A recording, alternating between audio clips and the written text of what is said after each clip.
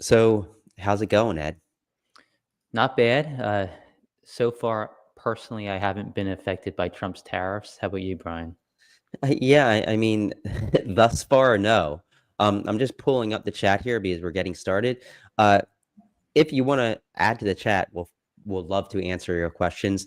Um, but today we want to talk about Trump's tariffs, of course.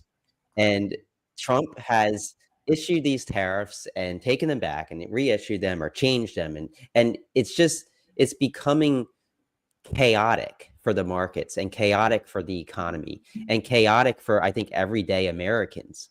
Uh, it's not something, even regardless of whether he decides he wants to ultimately remove all the tariffs, if that's what he's going to do. It doesn't matter anymore because the markets are in turmoil, I'd say, at least close to it.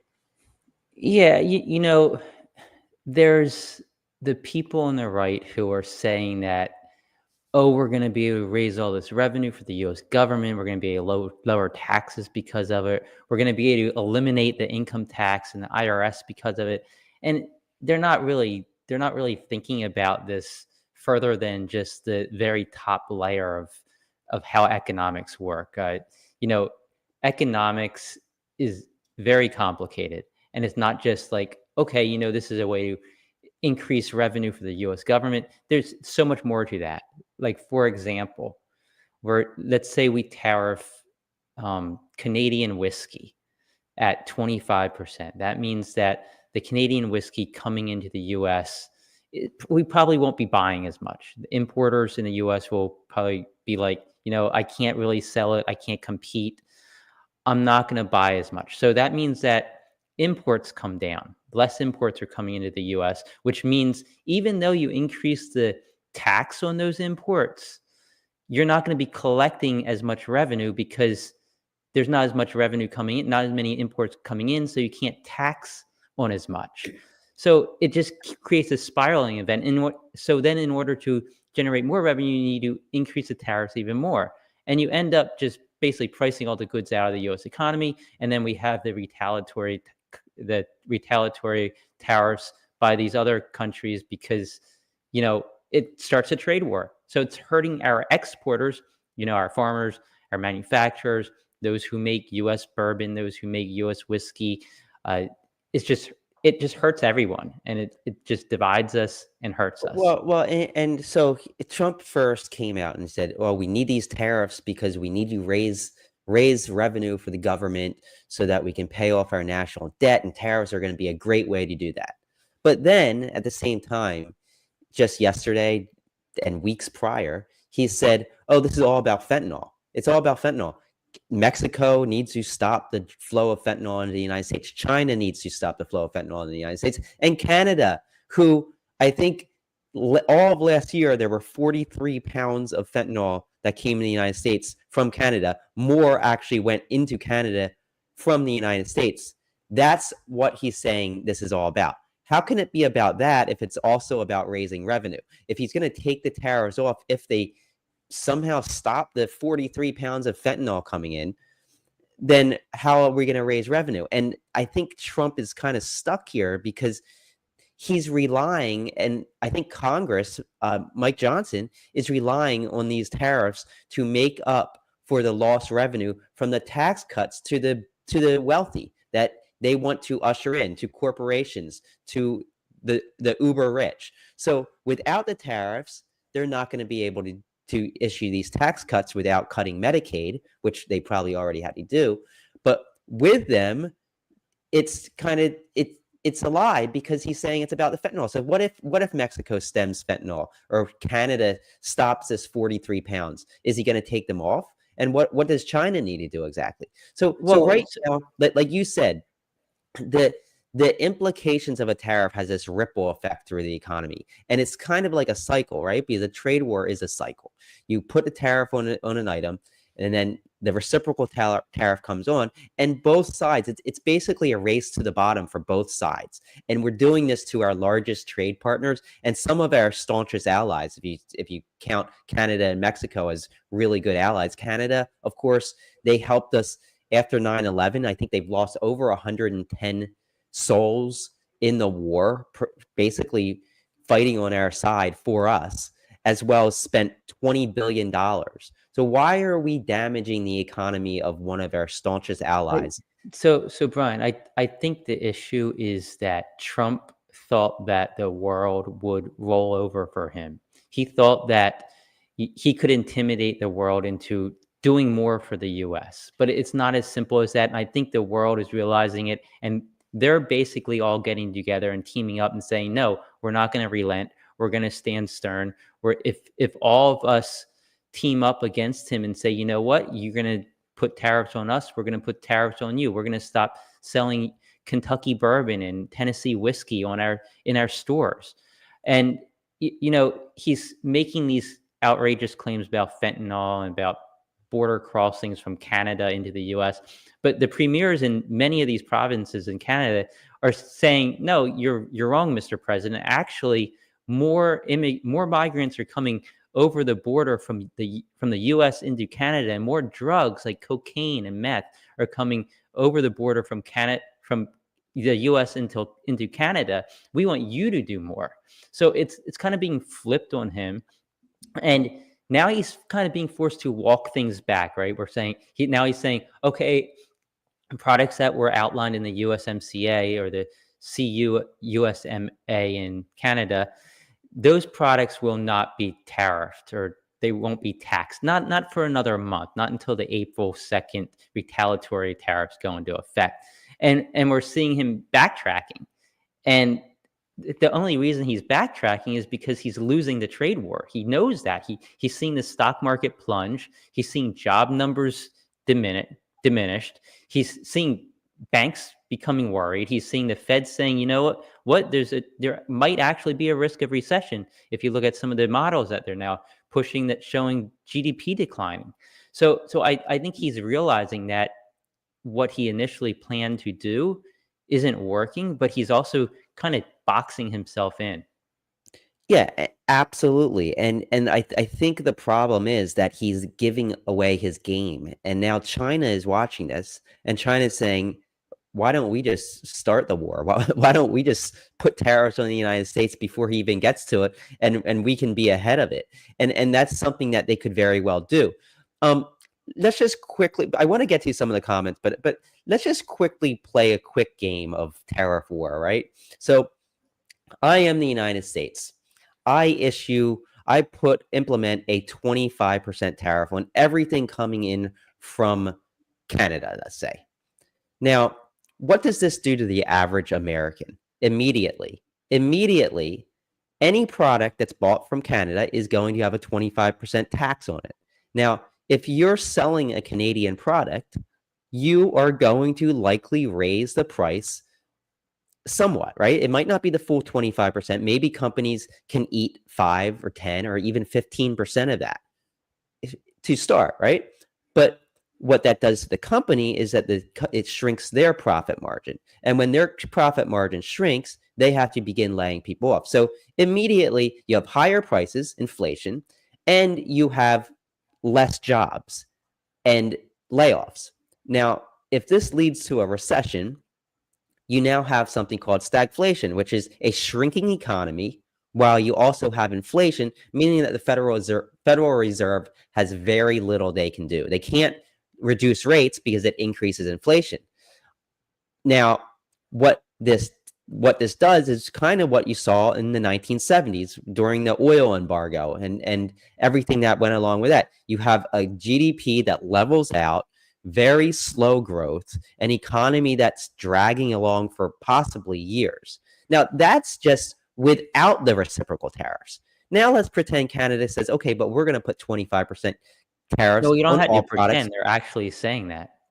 Yeah, we're going to put 25% tariffs on all products coming into Canada from the United States. Now, the same thing happens in Canada, but now US companies aren't going to be selling as many products in Canada because now they're 25% more expensive in Canada. Now, these companies are going to lay off further people, amounting to more layoffs, more job cuts, and a slowing economy even more. Now, people think, oh, but the U.S. government's going to raise all this money, and like you said, it's not going to be that much. Well, so let's go over some numbers. So currently, the revenue that the U.S. brings in through tariffs is around 80 billion a year. Now, the IRS through income taxes brings in about 2.2 trillion a year. So that's 2,200 billion, and tariffs only bring in 80 billion. The total imports that come into the U.S. is around somewhere around 3.3 trillion a year. So you would need about a 71% tariff on all the goods coming into the US in order to make up for the 2.2 trillion that income taxes generate. But this is virtually impossible, because if you put a 71% import tax, a tariff on those 3.3 trillion dollars in goods coming into the US, what's going to happen is those goods are no longer going to come into the US. It's not going to be worth it for a company to say, okay, instead of buying this product for 100, I'm going to pay $170 for it and then sell it to my consumers, because they wouldn't make money. They would be losing money. So the amount of imports will shrink tremendously, resulting in even less income. So it doesn't make sense. I don't think Republicans understand this, or they're not looking far enough into it, but it just doesn't work. So before I get to some comments, what do you think ultimately happens here? Do you think that there's going to be some new tariffs that persist for months and months and months? Do you think that once April comes around, Trump's going to say, okay, we reached some sort of trade deal with Mexico and China and Canada? What are your thoughts? It's really hard to say. I can't see him entirely backing away from tariffs, and the reason for that is because he's gone so hard on it. Like in his address to It was his Congress, campaign promises, right? He promised to campaign put tariffs promises, on to raise money. but he also touted them in his campaign, in his address to Congress the other day. He really emphasized how he thinks this is going to be great for America. So if he backs away from it, it's like saying, you know what, I thought it was going to be great, but I was wrong. And Trump's ego and his narcissism won't ever allow him to admit that he was ever wrong. So I can't see him backing fully out of it. I think we do. I think it throws us into a recession. I think we're going to see a recession sometime within the next year, year and a half, probably, maybe, I think sooner than that. And I think that recession, I don't know. I think he's going to try and blame Biden for the recession, and every recession we will come out of it. But I think, like you mentioned earlier, I think it's going to be a prolonged recession because of the possibility of stagflation, the fact that the Federal Reserve won't have those tools in their toolbox, because if they, like you said, if they lower interest rates, that's going to cause more inflation. If they raise interest rates, it's going to cause a larger recession. So I think we get stuck. And then you team this with what's happening with AI. And I think job losses in this next recession that we have, whether it's this year, next year, 5 years down the line, the next recession that we have, I think those job losses are not going to come back. I mean, some will come back, but a large portion of them won't come back, because these companies, as a means to make up for some of their losses, they're going to start using AI to do the jobs that many of these employees did. So when we come out of that recession, they're not going to have the need for the employees. And I think this could be a huge turning point in the economics of this country if something's not done, about preventing these tariffs, and if something's not done about compensating Americans for the jobs that are going to be lost due to AI. Yeah, and I think that the only way Trump gets out of it is if he can spin it in a way that makes himself look, oh, I got this ultimate deal. I got this great deal. And you've seen him do this in the past. He basically creates this problem, and then things go bad, poorly, and then he pulls back and he says, oh, but we got this. And usually it's something that they already were doing, or, the other side was already relinquishing to us. Let's get to some of the questions, unless you have anything to add here. No, let's do the questions.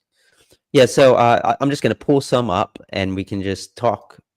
Okay, Larry Wall. So you two are economists now. Well, we both have bachelor degrees in economics. We aren't economists, but we do understand the economy. I actually wanted to be an economist when I was in college. Yeah. Like Brian said, we both graduated from Rutgers University with we majored in economics, so we have degrees in economics. So we do have a background in economics. Another mother, of course, he will blame Biden. Narcissists never take accountability. And that's what we both tweeted endlessly when Trump got into office. He's going to blame Biden for everything bad that happens and take credit for everything good that happens. And you saw this. You saw that he took credit for the stock market even before he got into office because he said everybody was buying stocks because of him, which maybe, I mean, it maybe was actually true because he's going to deregulate. But then as soon as the market crashes, oh, it's all Biden's economy and Biden's fault, and I'm going to make things better. Well, that's the thing. That's what, like, part of me thinks that he wants to just cause a recession now so that he can still blame Biden for it, and then take the praise for getting us out of the recession. You know, I don't know if that's what's actually happening, but I wouldn't put it past him. Jake says it's hilarious. I think he's a good businessman. If he wasn't born on third base, he'd be poor. He always had a safety net. He bankrupted 6 companies. We're from Atlantic City. Our father worked for him for 10 years. We've seen what he did to that area. He wasn't a good businessman. He screwed over a lot of contractors. He screwed over a lot of locals. He screwed over a lot of people. No more rug pulls in crypto. Well, I mean, I think, you know, I think the whole meme coin thing that he's done is so outrageous, and it opens a door to so much corruption. We've already seen Justin Sun. He invested into the Trump family crypto business, right? And what happened? The DOJ dropped the case against him. So this is a Chinese citizen that they dropped the case against after he invested into Trump's crypto business. So all of the Hunter Biden talk that we had and how it was so wrong for Hunter Biden to be working for a foreign privately owned gas company in Ukraine, but Trump meanwhile opens up basically Trump Bank, Trump meme coin. Anyone can buy his coin, raise the value of his portfolio, which Trump organization owns like 80% of the meme coin. They can raise that value, give him trading fees, and then he can do them favors. And even, I'm not saying he's doing this, although it does seem like he did, but the possibilities for a foreign government, somebody looking for a pardon, a foreign company to just line his pockets in exchange for favors, and you were upset because Hunter Biden, as a private citizen, not as president of the United States, he worked for a foreign gas company. Well, and you also have to consider that the people that got into this coin who were at the crypto ball that they told was going to launch and gave the heads up to, they got in. These were mostly billionaires or, you know, very wealthy people in the crypto space. They bought in and then dumped on retail as people got in on Robinhood and all the other platforms. It's really not a good thing. It's bad for the crypto space too. Like, a lot of you know that me and Brian are big on Bitcoin. Like, we think Bitcoin has a lot of potential, but I think his actions with these stupid meme coins, I think that's going to do a lot of damage to other cryptocurrencies as well, especially if he's utilizing them to line his own pockets. Yeah, here's another one, Mad Genius. Do you think Trump will manipulate the jobs report? So actually a report came out yesterday, or maybe 2 days ago, which said that they want to change the definition of what GDP is, gross domestic product, and they want to take out any government spending from GDP. So when the government stops spending, say, I don't know, $200 billion, and that starts to slow the economy and businesses start facing the repercussions as well, they want to take out that from the GDP number from when they actually categorize the different expenditures. And this tells me exactly that he wants to manipulate economic reports, maybe not the jobs report. I think it's hard to do that because ADP, which is basically a private company, also issues numbers, and those numbers and the government numbers are usually very, very close. So it'll be apparent if he did it with the jobs numbers. Yeah, and I mean, I I think if we do go into a recession, which I think we will have, I don't know exactly when, but I think it will be under Trump. When we go into a recession, 2 quarters, the traditional way of defining a recession is 2 consecutive quarters of GDP decline, right? we had that under Biden. The government said, we're not actually in a recession. Uh, he got a lot of slack for that. The Republicans were saying, "Oh, but we are because this is a traditional definition." Ultimately, it didn't end up. It wasn't as bad as people thought it was, and we said it wasn't a recession. But I think we do get that. I think we're going to get more than 2 quarters at some point. And I expect him to kind of redefine it and say it's not a recession. Here's another one. How many times did it get corrected under Biden? So what you're talking about is when they issue the jobs report, which are estimates, and then the following month they revise the previous month, and sometimes it's higher, sometimes it's lower. It happens under every president, and that's only because it's an estimate when they release it initially, and then they get further data and they revise it. Now, like I said, sometimes it's revised up, sometimes down. It happens both ways for every president. It wasn't Biden manipulating anything. The numbers were released just a month late because they were corrected, and that's what you should want. You should want actual correct data.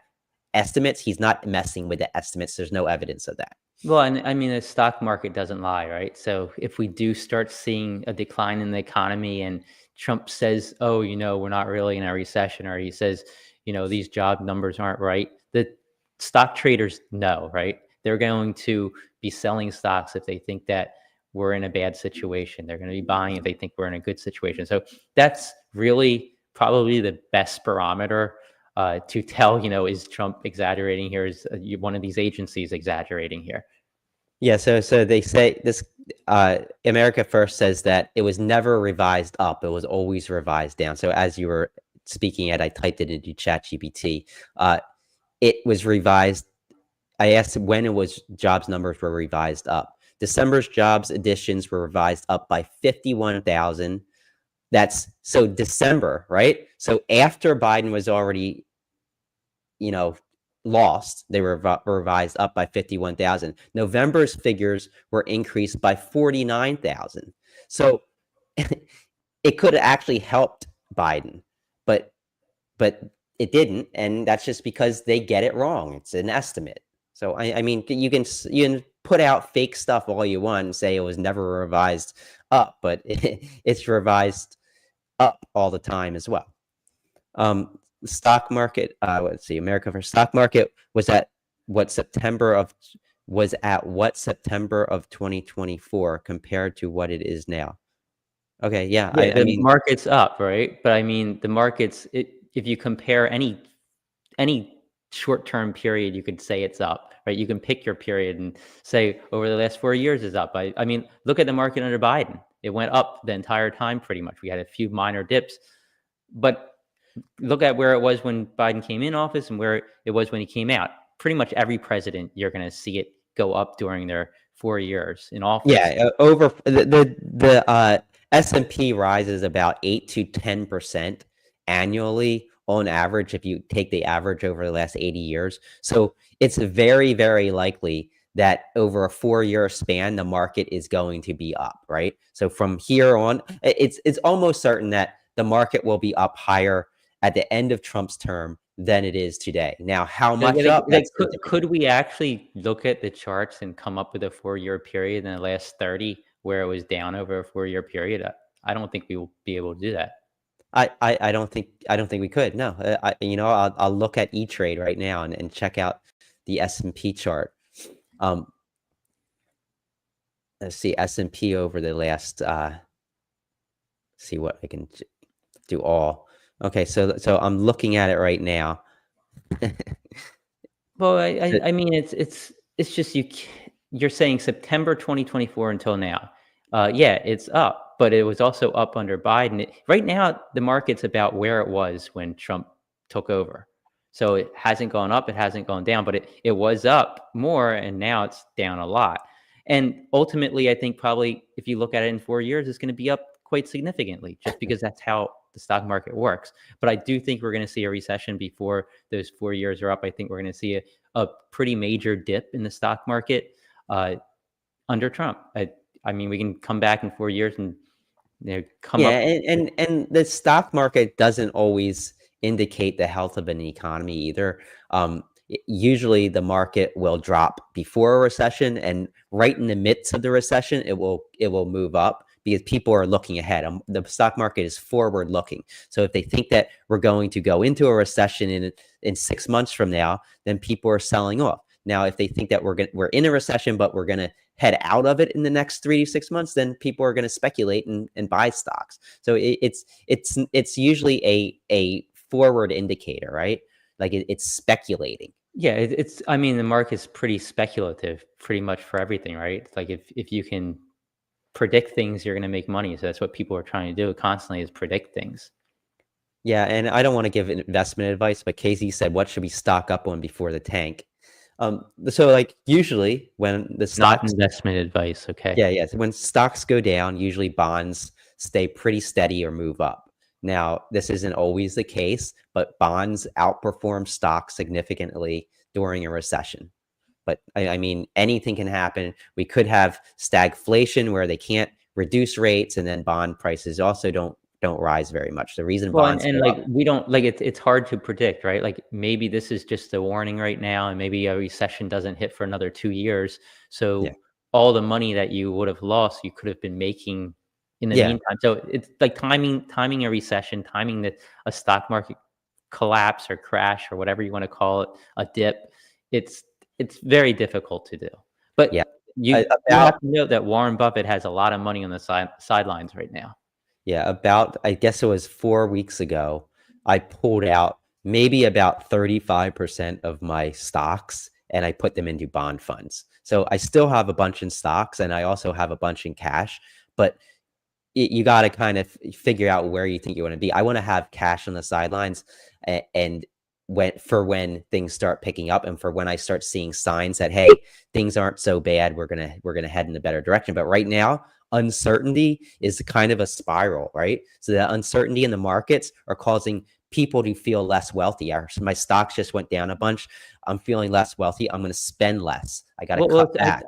I think that that's with the tariffs too, right? The tariffs aren't just, like what's the final outcome of the tariffs? It's not like, okay, where are the tariffs going to settle? Is it going to be 25% on all goods? Is it going to be 25% on this, but not on this? It really doesn't matter right now because it's just the idea of tariffs and the potential that we're going to get all these tariffs is scaring businesses. American businesses don't know what to do.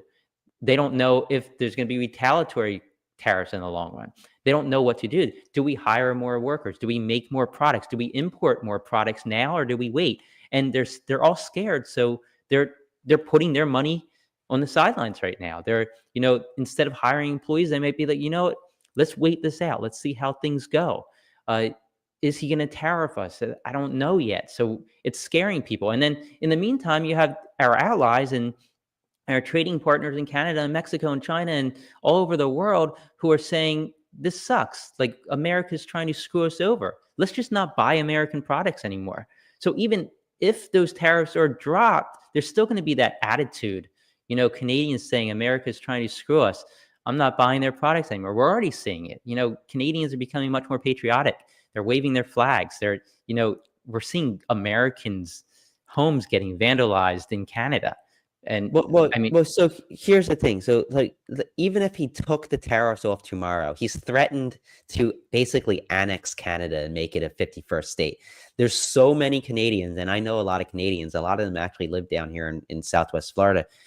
There's so many of them that are just so angry and refusing to buy American products, or at least cutting back on American products. So the damage is already done, regardless of what happens with the tariffs, because he's pissed them off. He's basically saying, "Hey, I'm going to annex you," and he's doing the same thing to Mexico, threatening to use the military in Mexico. Europe, he is attacking our European allies, threatening to pull out of NATO. So he's pissing people off. And when people get pissed off in other countries, they turn inward and they start supporting their own country and stop supporting the person that's threatening them. So it's not a good context when you combine his rhetoric towards our allies with what's happening economically with the tariffs.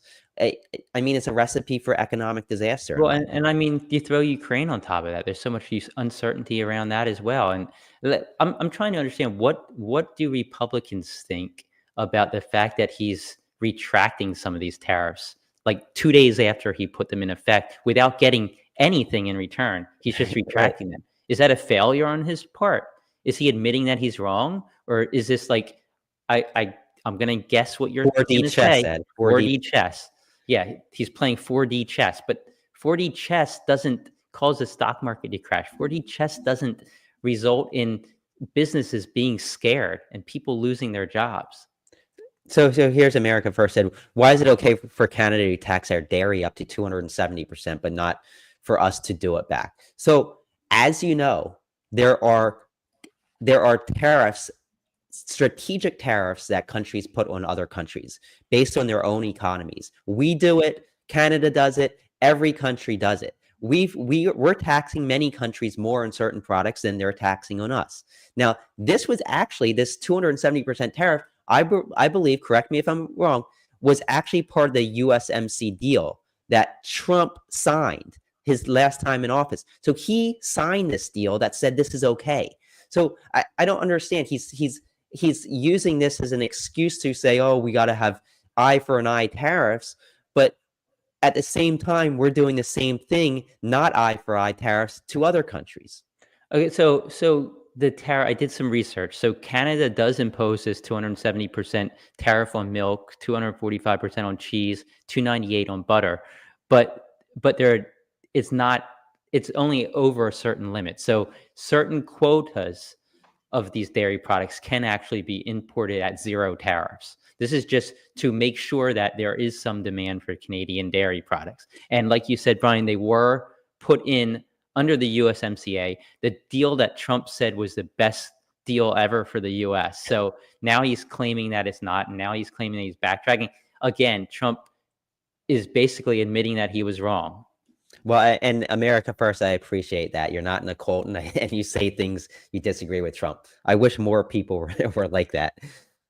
Let's see, what else you got here? I'm going to scroll up because I know some people asked some questions earlier. All right, so Jake said the tariffs you're talking about are specified. We are also specified tariff. We also have specified tariffs on certain imports. Yeah, that's what I said. Like every economy does that. Every economy is going to, do what protects their country, and that we did that with chips, right? Certain GPUs we put tariffs on, and sometimes we ban them actually from going to China. So there's different types of tariffs, but when you issue blanket tariffs without much of a reason, I think it's irresponsible and it's going to cause chaos. Yeah, I mean, there's definitely a difference between saying all Canadian products are 25% tariff. So, I mean, there's reasons for the USMCA, and I think there was reasons for NAFTA before that, right? And things change and trade agreements change, but we have this trade agreement in place with Canada and Mexico. The trade agreement that Trump himself pushed for, celebrated, signed, and now he's backtracking on the own agreement that he signed, that he made, and that he told the world was the best agreement ever. Yeah, America First again. How much is too much for Ukraine, funding for Ukraine? I don't want to really get off topic. I think that the world needs to give Ukraine what they need to defend themselves. I think that to say that we should just allow Russia to go in there and attack hotels and apartment buildings and take territory of an ally, I think is irresponsible. People miss the fact that Russia is suffering from their attacks on Ukraine. Their economy is suffering. Their military has been greatly reduced. And I think it's worth every penny in order to stand up for democracy and show the world that we're not going to roll over. So when China wants to go into Taiwan, they're going to say, oh, well, you saw what happened in Ukraine. The United Which States would really have pushed huge back. effects. That would have huge effects on America's economy if China gets the microchip industry in Taiwan. And going back to I just want to touch on the Ukraine funding issue again. Most people don't realize that we're not handing Ukraine dollar bills, right? We're not handing them briefcases of money. But the vast majority of the aid we give them is military aid in the form of weapons, ammunitions, supplies. And do you know who's making those supplies and those weapons and those ammunition, American companies. They're U.S. contractors. And do you know what weapons we're giving them? Most of these weapons are weapons that have been sitting in our stockpiles, ready to expire. We're shipping them out, and the U.S. contractors using the money that Congress allots them to build more weapons for us, new weapons, better weapons, to restock our military, to make our military even better, while we push out the stuff we don't need or stuff that might actually expire, like ammunitions that won't be able to be used if we don't use it within a certain time frame, goes to Ukraine. Like, why are people complaining about this? Yeah. So here's another one. Tariffs will hurt the economy. Look at the Trump washing machine tariffs in his last term.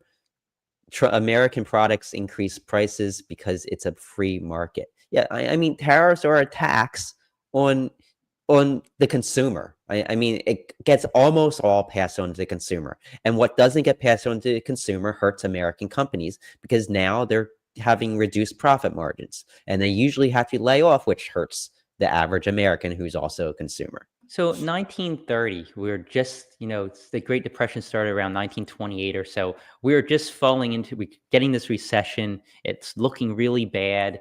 Uh, and the US is like, you know what? We have to protect our own. They're kind of talking like Trump was, America first. We're going to put tariffs. We're going to put huge tariffs on all foreign goods that are coming into America, because this is going to help us get out of this recession. It's going to help America become stronger again. And what happened? It thrust us deeper into the Great Depression. The Great Depression ended in what, 1937 or so? So 1930, we had the Smoot-Hawley tariffs that made us fall deeper into this depression that didn't end for another 7 years after the tariffs. So are we going to have something like that again? Hopefully not. I mean, I think, I think our economy is much better. I think we've learned lessons. But apparently Trump hasn't learned the lessons of the Smoot-Hawley tariffs that really create a terrible situation for America and most American families back in the 30s. So Mad Genius says, when will Republicans stand up to Trump because this will hurt them in the midterms? I think as we get closer to the midterms, especially if, his tariffs are still in place, you have senators and Congress people in districts that Trump is either firing people via Doge or hurting their communities based on tariffs, right? So like in Iowa, soybeans are a huge, huge export. And when you have massive tariffs being placed on soybeans by, say, Canada or by Mexico. China. I mean, China is the obvious one. Yeah, China yeah, imports China, you're correct. so many soybeans. Yeah, you have people like Chuck Grassley losing his nerves, and I'm sure he's reaching out to the White House. The White House is feeling this and hearing it. Trump is watching the stock market. He's hearing Republicans speak back to him. I heard Doug Ford from Ontario this morning say that he's spoken to several Republicans who are absolutely against this trade war, but they're afraid to say anything to Trump. So I think it's already happening, and I think that is one of the reasons why Trump has decided to pull back a little bit, backstep.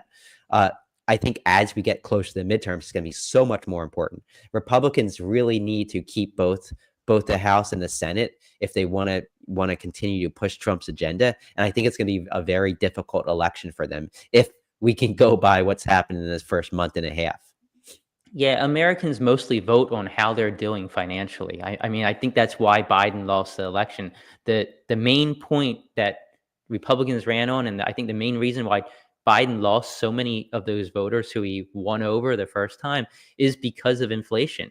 People were feeling the effects of inflation. I mean, you can argue how much responsibility Biden had for inflation or not. I personally think it was very little compared to what happened with COVID. I think COVID caused the majority of inflation globally, but it doesn't matter, right?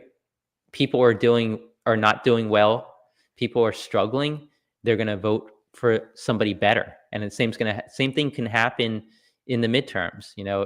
You're not doing well. You're going to be like, okay, I think maybe we need some Democrats back in office because we're in a recession. I mean, I'm not saying we're going to be in a recession by then, but that's quite possibly what's going to happen. Or inflation's taking off again. The prices of lumber is up so much higher than it was under Biden. The prices of eggs are up so much higher than it was under Biden. You can list off a lot of things. I mean, gas hasn't come down yet. Remember, Trump promised he'd bring. Oil is down a little bit, but gas prices Yeah, aren't. but remember, Trump promised that within his first 24 hours he'd bring the prices of groceries and gasoline down. No, gas Energy hasn't come down. prices cut by Groceries are up.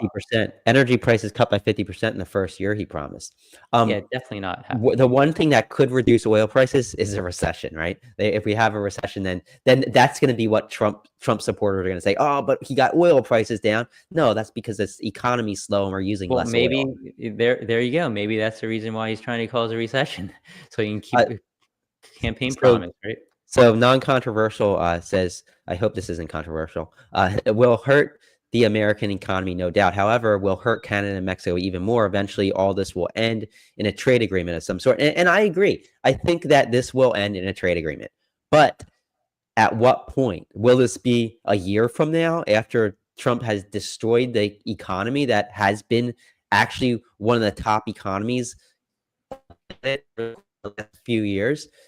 Or will he sign some agreement next month? I don't think there's going to be a major trade agreement renegotiated with China, Mexico, and Canada over the course of the next month. Well, I just and don't think that's going to happen. what does that agreement consist of, right? Like, are there major changes? Are huge tariffs kept in place?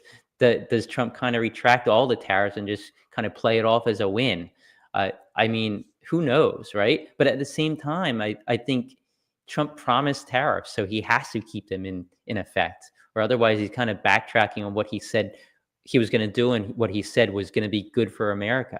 And but like it's not like I don't know why people think that tariffs are going to be good for America, because what a lot of people don't realize is it's not just the products we're buying that are being imported. It's the intermediary. So it's the products that we're importing to make products, right? So products are not just made out of nothing. Like we don't just snap our fingers and get products. We use other products to make products. Like computers use microchips. Doors for your house use lumber. I mean, wiring for your house, that they use certain types of metals, coppers. So I mean, it's going to increase the prices of everything, and it's going to reduce the profit margins for the companies selling these products. Yeah, my connection was going in and out. Yeah, I hope you're a I'm little okay. blurry right now, Brian. Bad internet. Maybe Canada is disconnecting my internet access or something like that. Does Um, Canada control Florida's internet? so why are we funding the majority of it? He's talking about NATO, and I think there's this misconception that we're paying a huge amount more than every other country, but compared to our GDP, we're actually paying very close to a lot of these other countries, and you do pay on big. Brian, you're kind of rubber banding. It's like a Twitter space or an X space. Uh, okay, yeah. There you go. So I think you're better. okay, I hope I'm back. Yeah, If I yeah. go I out, mean, the whole NATO argument, it's definitely it's Russian propaganda. It's a Kremlin talking point.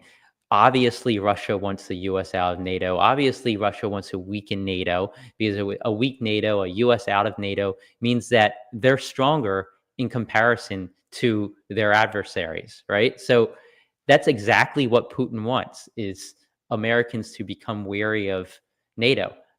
He wants Americans to become weary of all international organizations, like the World Health Organization, the UN. He doesn't he was trying to get European countries to get away from the European Union. So I mean, people don't realize how much influence Putin has using social media as his tool. yeah, you were rubber banding there too, but I think I caught most of what you said. I don't want to go into the whole NATO thing too much more because we didn't create this for this. Maybe we'll. Uh, Brian, I think you froze up. What's up with this internet? What's going on with your internet, Brian? I don't know. I think this is a good place to end it though, because obviously it's not going well. All right, yeah, everybody have a great rest of your day.